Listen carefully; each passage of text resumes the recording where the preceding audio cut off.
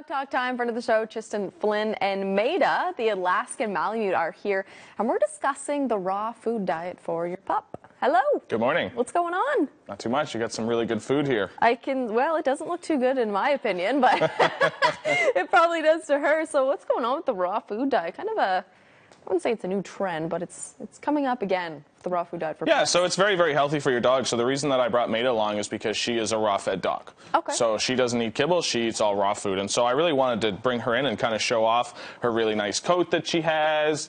And one of the things that she has that's really nice, too, is her really nice teeth. Look at those shining teeth. I know. Look at that. Get a close-up of those. Yeah, so she's got some nice pearly whites there. So what are the benefits of a raw food diet? Well, dogs don't digest carbohydrates very well. So what most people are used to feeding their dogs, unfortunately, is this kind of thing here. You know, dyed carbohydrate, really dry food. And so it's not fresh. And so the benefits you'll see with a raw food diet are things like really nice coats. Okay. The biggest thing people really like is the stool. You will get so much less stool because the dog is actually going to digest the food. Now, a lot of people are really concerned about feeding raw food because they think it's difficult. And with commercial raw food, it's actually quite simple. So this is kind of what it looks like. This is a product that we sell, the Canine Choice Food, and this comes just in a box, and all you have to do is take this raw patty out, leave it to thaw. I just usually leave it out for half an hour sitting on the counter, and then I give it to the dog. And my dog, who's about 80 pounds, a little bit bigger than Maida, only eats 2 of these a day, and that's her food. So it's very, very simple. If you have a small dog, we have kind of smaller patties. And now this is a 95% meat product, and there's 5% organic vegetables. When you're talking about a kibble-based product, you can be anywhere between 50 and 60% carbohydrate. So the dogs don't digest it well. You end up with lots of poop coming out, and you don't end up with a dog that has a beautiful, healthy coat like this. I wish people could feel like her coat, because it's shiny and so healthy. Exactly. And one of the ways we can keep dogs' teeth really, really clean is to give them bones. So a raw bone like this, which is a raw marrow bone, will really, really help clean the teeth, because the dog's going to just grind that. So you can have that, Maida, if you like. She's You're like, going to have to stay here with it. Yeah, I'll just take this.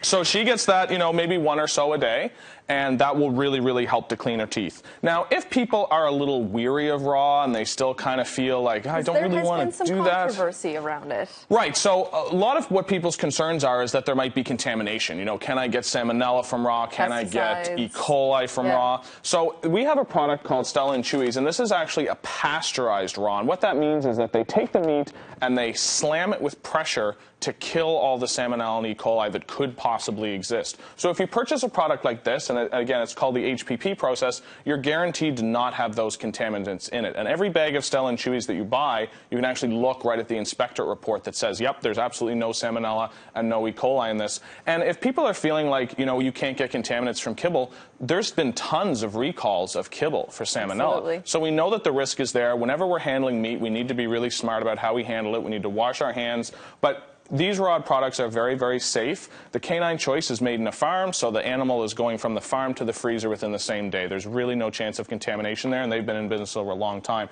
So people will really see the benefits if they try raw. Is this an affordable diet, though, that people can, you know, it can be pricey if you're going maybe to the grocery store to buy a raw food diet, or I don't know if that compared to this. That's right. And the thing people need to remember, too, is that it's not really about asking why is raw so expensive. It's about asking why kibble might be so cheap.